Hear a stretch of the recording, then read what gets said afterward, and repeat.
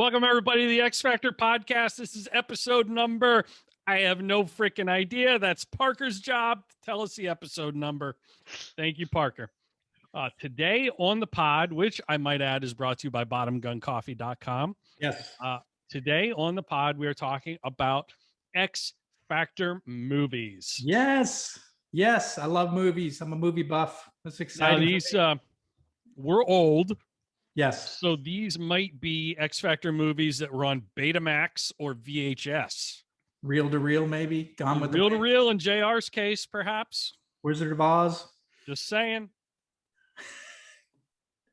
But X Factor movies, I love the movies. I'm kind of sad, the past year I haven't gone to the movie because of COVID and all the other crap going on in our country. But I like to sit in a big movie theater and have a giant, tub of popcorn and a keg of Coke. There's nothing better than that. Wait, whoa, what? No. What? No. You don't like popcorn? I like popcorn. I like Pepsi. Yeah. Well, you don't like to go to the movies? No, because here's what happens. The movie theater by me is assigned seating. Yeah.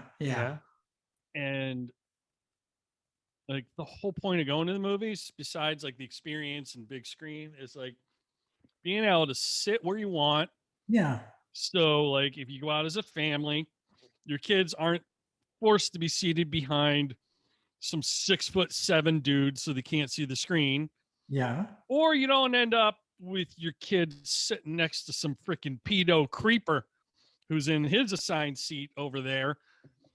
Or, some morbidly obese person who's oozing out of the seat onto your armrest, crushing your styrofoam cup and the cup holder between the two of you and having it leak all over your feet. Wait. So do you not have stadium seating and these big leather chairs where you No, it's assigned seating. They're big seats, but it's assigned seating. And you still end up, like if you're on either end of your group seating, end up next to some rando pedophile. Yeah. Who knows what, So you don't have I want to sit wherever the hell I want. If I'm paying problem as much in as I Maine am for a ticket, I want to sit where I damn well please. So you don't pay for the seat? Because I know here you pay, like when you buy you pay a ticket for the seat, but they tell you where your seat is. You don't get to say, I'm going to sit here.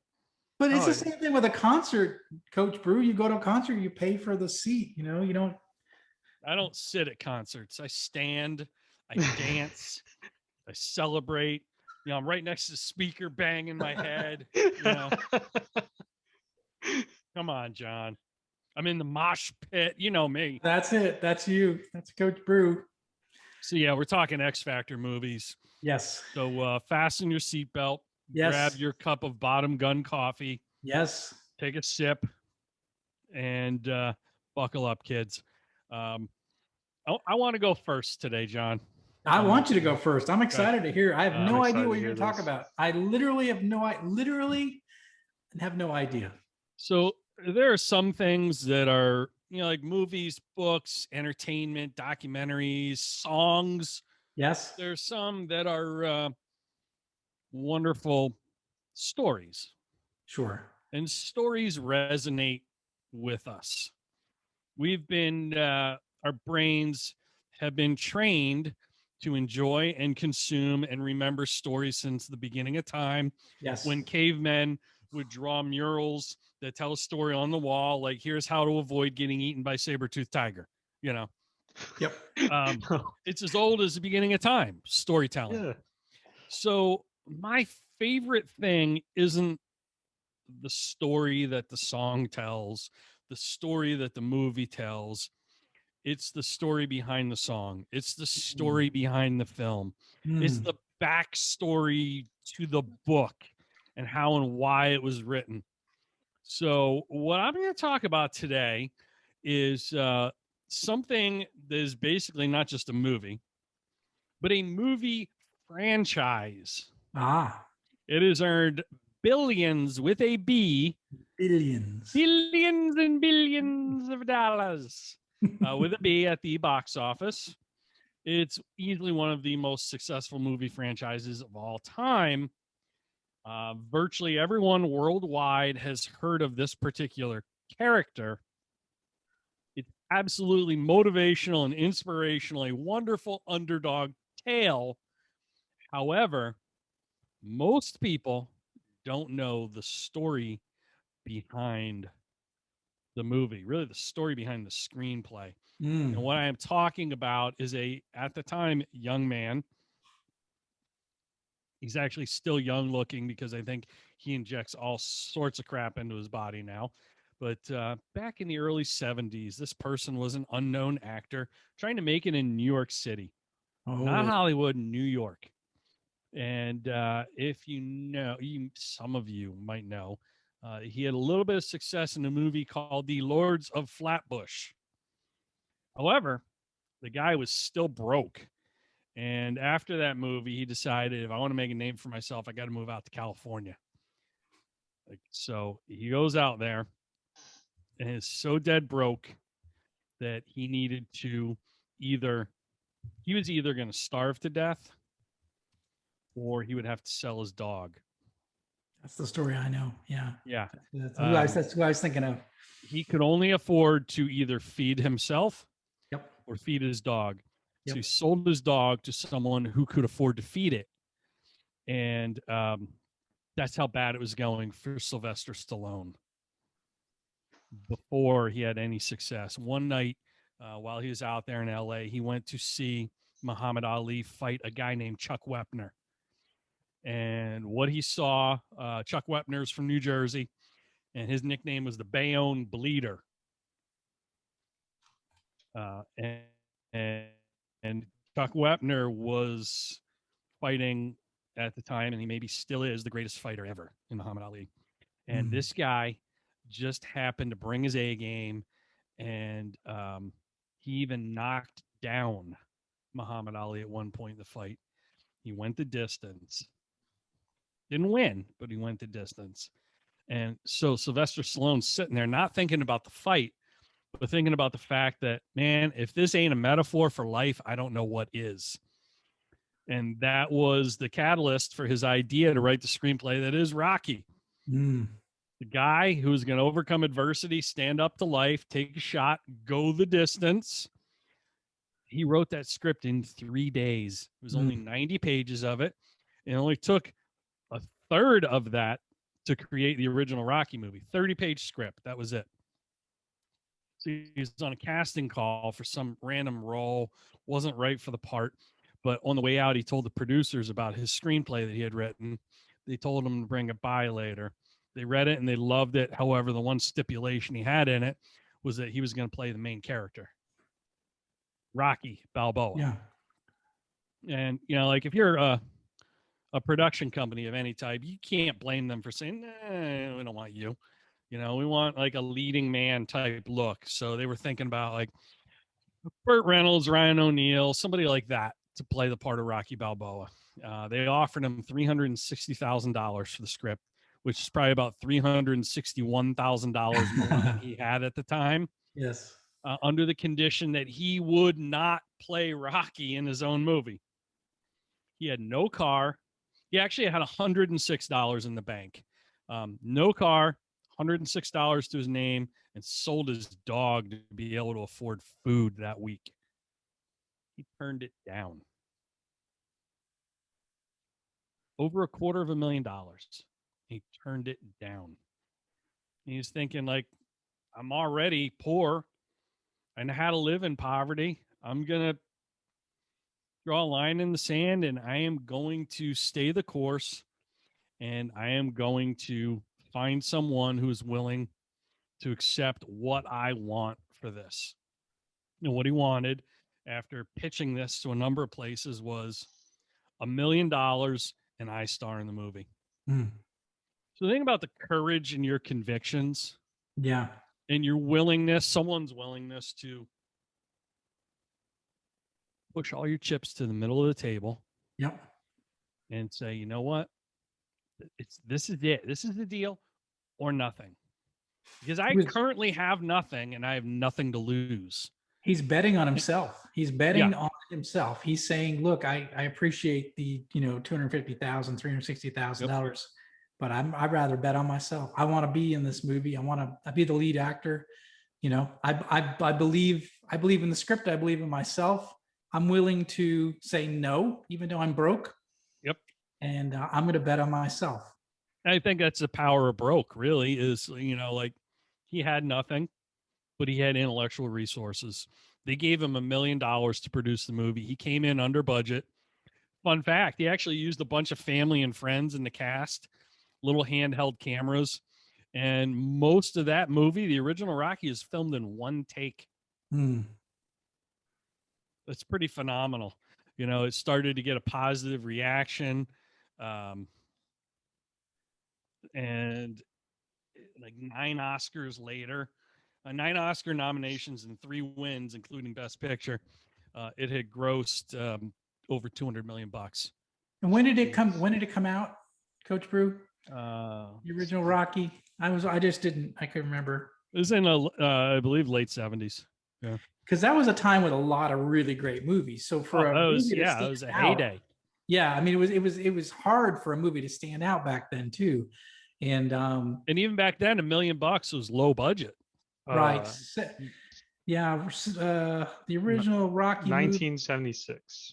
Yep. So 76 was, this is the time what Jaws was out. When did Jaws come out? That was like a big film.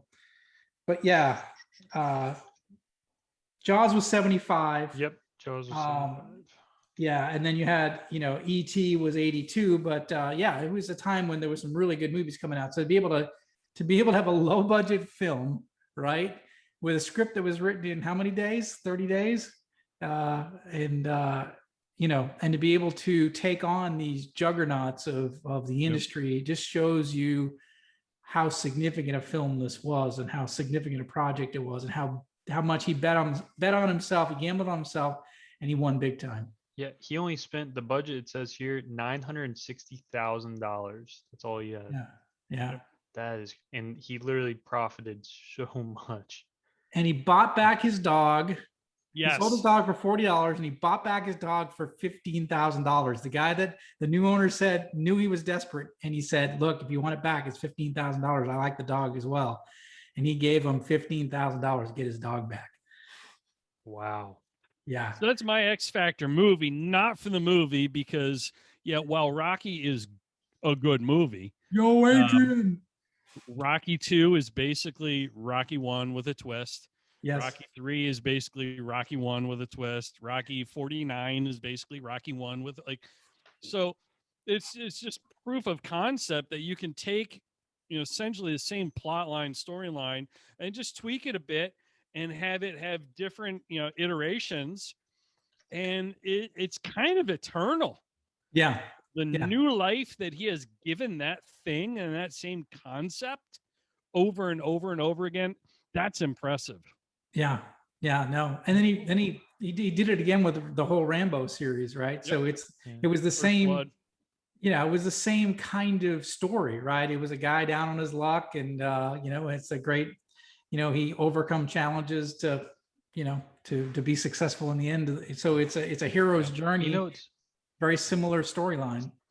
What's really wild to me, I just looked up the box office, the worldwide box office, like how much each Rocky movie has made. And what's wild to me, the top performer was Rocky, let's see, 4. Rocky 3? It was Rocky 4. But get this, Rocky 4 made $300 million. Is that the one with the Russian? If he dies, he dies. I believe so.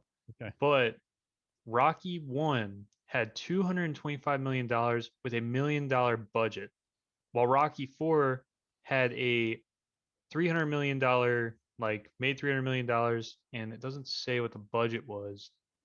But I mean, as from crazy. a net revenue standpoint, Rocky 1 probably outperformed it. Oh yeah, that's what I was thinking. Yeah. How about I think it's a great example of betting on yourself, and not taking what the industry gives you, but doing it on your own. And Coach, you and I are authors. We've written books, and I know your last book was, I'm betting on myself. I'm not going through a publisher. I'm not going through the meat grinder and giving everybody a percentage. I'm gonna do it on my own, in my own way. and I'm not going to do it conventionally. And you know, when you're having the success that you're having, and just an example of betting on yourself and doing it your own way, and sometimes that's the best way to go. Yeah, I am not what you would call conventional in any way, and I take pride in that. You're betting on yourself right now with your company and what you're doing. I don't know if Yeah, you want to talk absolutely. about that, but I think this would be a good time if you did. And if you don't, I'm going to shake you down and squeeze it out of you anyway. Yeah, no, Peak Demand, the company that I helped I co-founded. Yeah, we just recently bought it away from the original investors, and so we are betting on ourselves. We're putting a lot of our own personal money into it to take it to the next level, and we're excited about that. So, you know, I'm confident that we're going to be continue. You know, we're going to continue to be a success. So I'm willing to put my money where my mouth is and put a very large check. And that's it's a little bit nervous to do that, but I'm excited to see where we're going to head. And now I'm in, you know, 100% control of the situation, which I was only partially in control of the situation before when I had investors that diluted my authority. So now my authority is not diluted. So Got to have a skin in the game, baby. yeah, I got it all now. I got none left. So, but That's awesome. I love Rocky. It's one of my favorite films. I just think it's a timeless movie. You can watch it right now, and I think it holds up as far as a unique storyline that you know, that you pull for the hero. And you know, it's this hero's journey, and I think that's the story that makes a great story. And is that you have a hero, and they go through all this trial and tribulation, and the whole time as an audience, you're cheering for that hero to overcome their challenges. And then when they do, it's, you know, it ends in this, you know, in this case in Rocky, it's a fight, and at the end he pulls out and he wins, and he's battered and bruised, but he still comes out victorious. And we love that as a people. We love stories like that. And especially the American people. Yeah, especially Americans. And I would say this, in your own personal life, if you have a story like that, you're much more interesting. If you've gone through some rough times, and you got some bruises, and you're battered and you're beat up, and you've been fired and shot down and shut up, and you still overcome those challenges, you become a much more interesting person than someone that's had success their whole life. So, you know, if you're going through a rough patch right now, you know, just got to be like Rocky. You got to just keep getting up. Just keep getting up and get to the end. Let me quote the great quarterback Shane Falco. Yes. Pain's temporary, chicks dig scars. Yes. Glory lasts forever. Forever. Absolutely. And Parker has no clue what movie I just quoted or who Shane Falco is. Wait, isn't we'll leave it at that. Isn't that the Philadelphia Eagles guy? Oh, wasn't there a movie where like Mark Wahlberg played, like he was in the Philadelphia Eagles or whatever? No. Oh, no. Never mind. But the speed in which you answered was concerning. Mm-hmm. Yep. It's always an excellent adventure with you, Parker. It is. It is. It's like, yeah. It's like taking an Amish person and showing them the internet for the first time. It's always fun. Yep. So I just gave you 2 hints as the actor right there. The speed in which you answered. Yes. And the fact that this is always an excellent adventure. You probably never saw either of those movies either. Yeah. No. Yeah. Come on, get on the bus. Is that a quote too? John, I give up. That is one. Yes, yeah. That is a, yeah. I'm trying to think of the most famous movies is in now, but you know, I don't know. My brain, I'm stuck in a matrix. Yeah. Are you? You need to take the red pill. I think you're on the blue pill. The red pill right now. The blue pill's slowing me down, and what's the? Oh, the Replacements. You're stuck in the Matrix. Stuck in the Matrix. Yeah, Keanu Reeves. Oh, he's one of my favorite actors too. Gosh, dang it. Awesome. Yeah, Bill and Ted. Yeah. One of the greatest. So, John. Yeah. While Parker may have grown up in a galaxy far, far away, I know that you have an X Factor movie you want to share with us. I do, and I don't know how we both ended up in the 70s, but yeah, I'm stuck in the 70s on this one as well, and I have to go back to the original Star Wars movie, the first Star Wars movie, and I think they call it A New Hope now, but back then it was just called Star Wars. Yeah. And it was no I'm a hope. Star Wars purist. I have not seen any of these prequels. Yeah. Like I would love to see cancel culture just cancel Jar Jar Binks. I am Yeah. a Star Wars purist. So Yeah. I The can't original. wait to hear what you got. Yeah, the original three films are really where it's at, I think. And I'm the same way. I really like those. I did like Rogue One, which was the one of the later ones they did. That was actually a really good story, told really well, great acting, and there was no funny looking creature that was dancing around like Jar Jar Binks. But so I'm going to talk a little bit about George Lucas and an idea. So George Lucas had his first film in 1971. It was called THX 1138, and it didn't do very well. It was like a future dystopia kind of film, and it wasn't very popular. But it in his mind, it was always something he wanted to explore further. This idea of life in the future, life in space.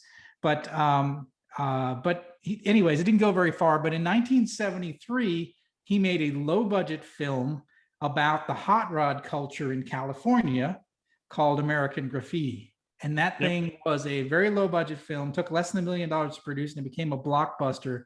He ended up earning, it earned $50 million, and he got 5 Oscar nominations, and including Best Director. So he went from making one really crappy sci-fi movie to making this movie, which is basically loosely based on his life growing up in California in the hot rod scene, that ended up becoming kind of a classic film, and he got a lot of accolades for it. So then he went back to this idea, like, well, I really want to do this sci-fi movie, and he tried to find a way to get this, to make it a reality. So he started writing a script for this movie he called Star Wars. And in the beginning, he just had a 12-page concept. And in 1974, he started shopping around to different Hollywood studios, and every one of them said no, until he got to. What was the budget for it? Does it say, or do you know? So he originally wanted $18 million for the film. So you think about the special effects, like yeah. I think that is kind of the original special effects movie in my mind. Absolutely, because before that time, again, having grown up during that time, it really was bad. Special effects were terrible at that time, and CGI wasn't existing yet, so everything was done with models and claymation, and it just kind of was cheesy, right? And this was the first movie to ever really do something different with that. And it was kind of neat. It took him forever to write this script, though. He started in 71, and he finally got 20th Century Fox agreed to give him some money to flesh out the script. And it took him 2 more years to finish the script for this thing. So it took, in the 4th draft, they finally had a script that everybody liked, and then Fox gave him $7.5 million to make the film. Yeah, that he wanted $18 million to do.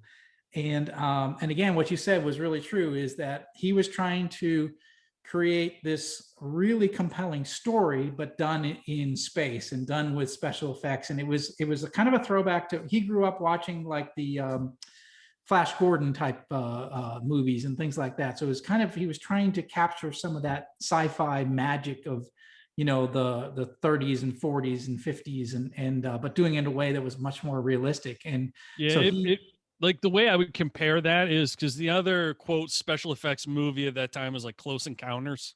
Right. Star Wars, made Close Encounters look like Radio Shack, whereas Star Wars was like Apple, as we know Apple today. That was, I think, just how much of a quantum leap in special effects took place, in a relatively short time between those two films. Yeah, it was remarkable how much that they did on this film. They reinvented the way movies were made during this whole process.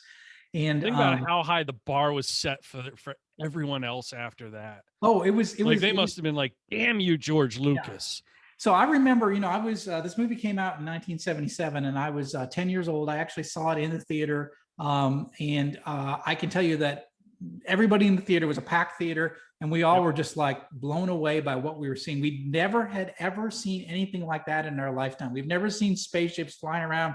We've never seen laser swords. We never saw any of this stuff. And do you remember seeing a trailer for it on TV? Absolutely. Drew you to the theater. Yeah, it was. I don't remember seeing a trailer at all.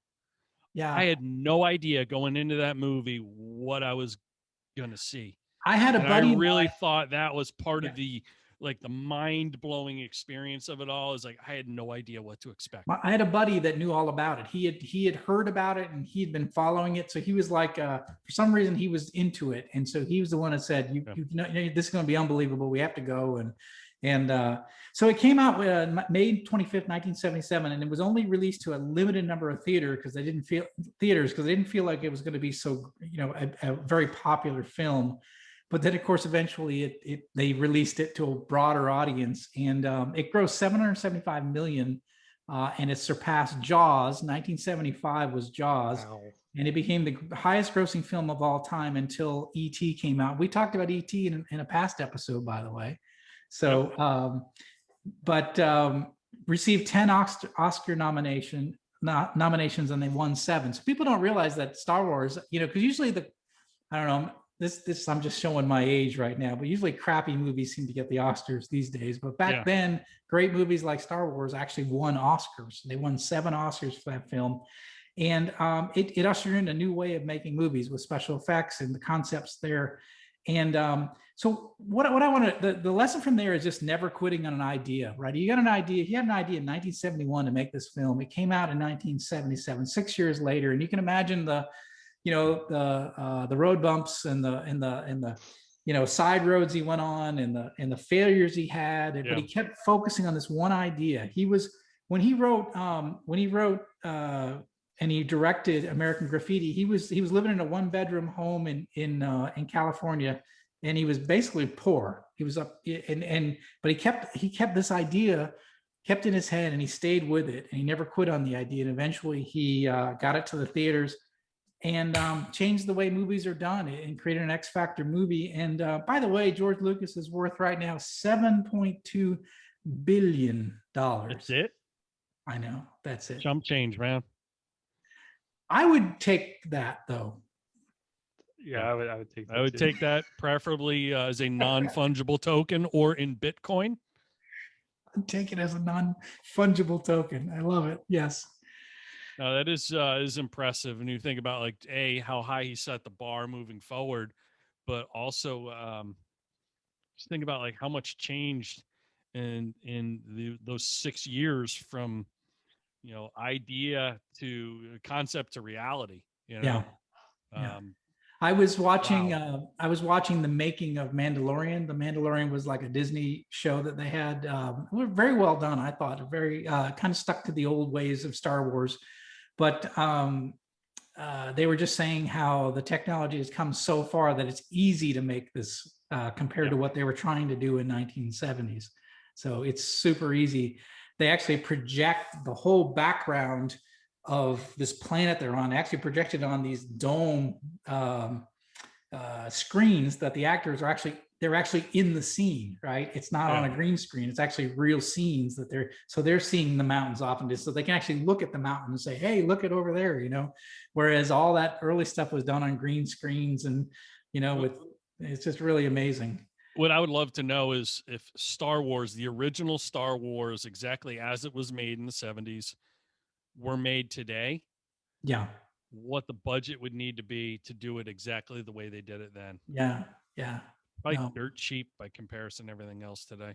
Oh, absolutely. The way they did it. But I think, I was fascinated after the movie came out. I was just, I had a friend that was really into it, and he bought all these books about the making of, and just seeing the, and I remember just as a young boy, looking at these little models that they built and how they, they flew a camera down what was supposed to be the Death Star, but it was actually, whatever, 1/10 scale, and therefore they flew the camera through, and kind of cool stuff, the way they filmed that movie. And I think it was game changer. It's a game changer movie. It's definitely X Factor. I think both movies, Rocky and Star Wars, are 2 ultimate classics. Here we are in 2021 talking about them. So, and how many things from 1977 and 76 are we still talking about today?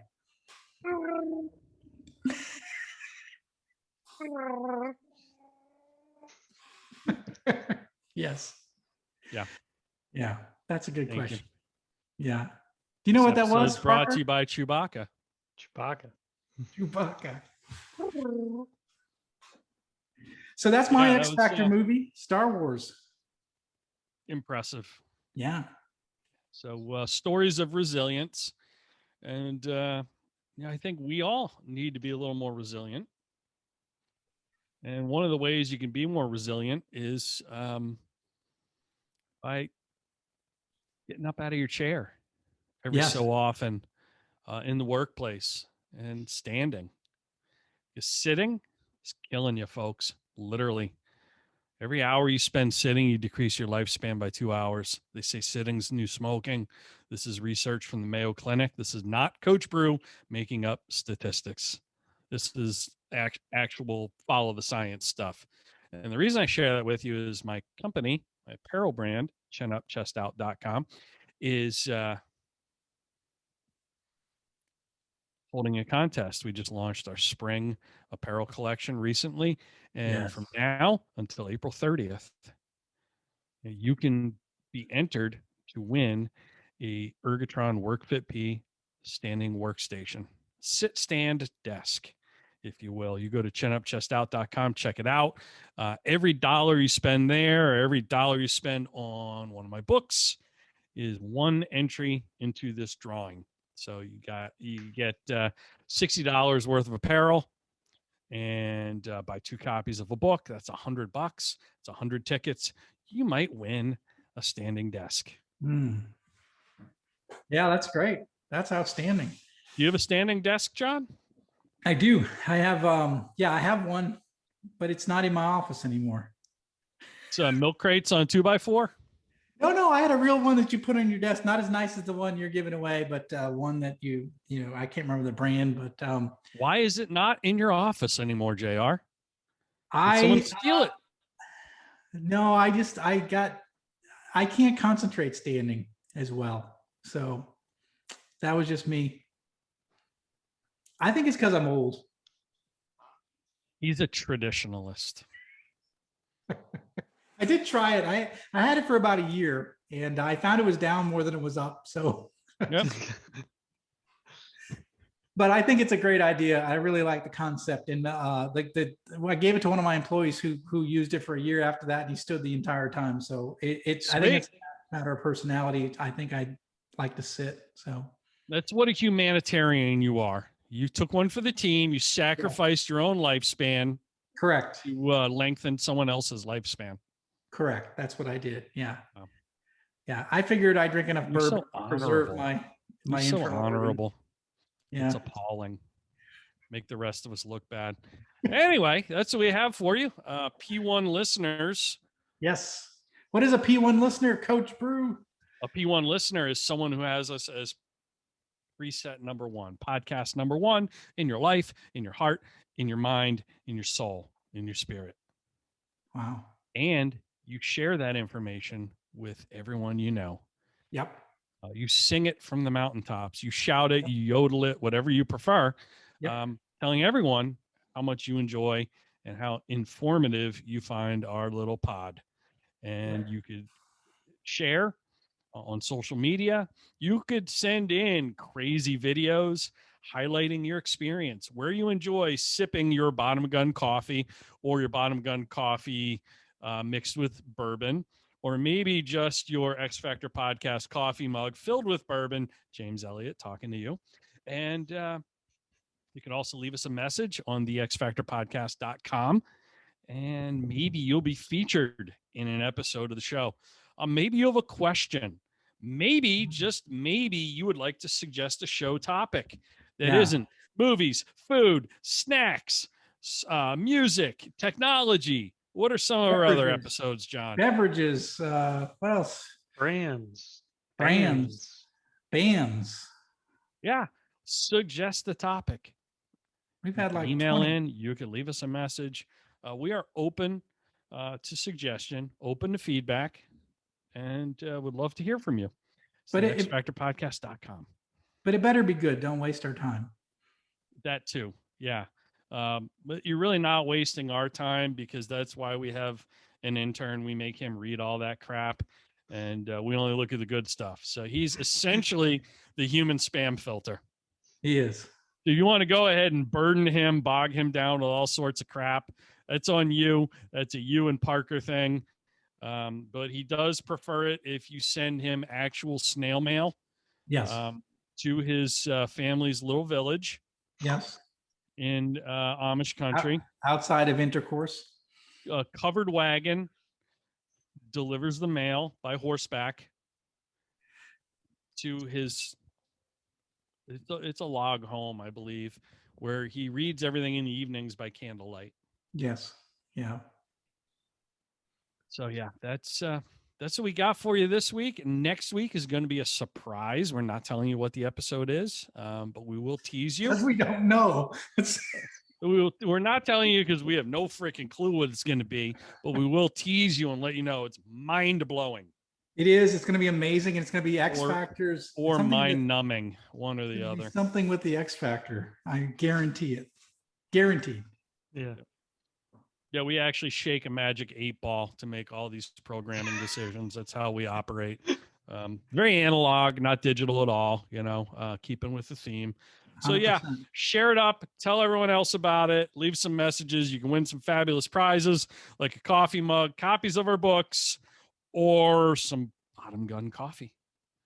And don't forget to go to my apparel brand, chinupchestout.com, and enter to win a standing desk. There's some awesome t-shirts, hats, sports bras. If you're a dude and you need a sports bra, we won't judge you. We do have large sizes. We got sweatpants, all sorts of stuff. You'll love it. And we donate a percentage of all of our sales to mental health organizations. And there you have it. There it is, folks. This has been the X Factor Podcast. Signing off on behalf of my fabulous co-host, JR, Mr. Jon Rennie, and Jebediah's boy down there on the bottom square, Mr. Parker. And I'm Coach Brew. We'll see you later. Take care.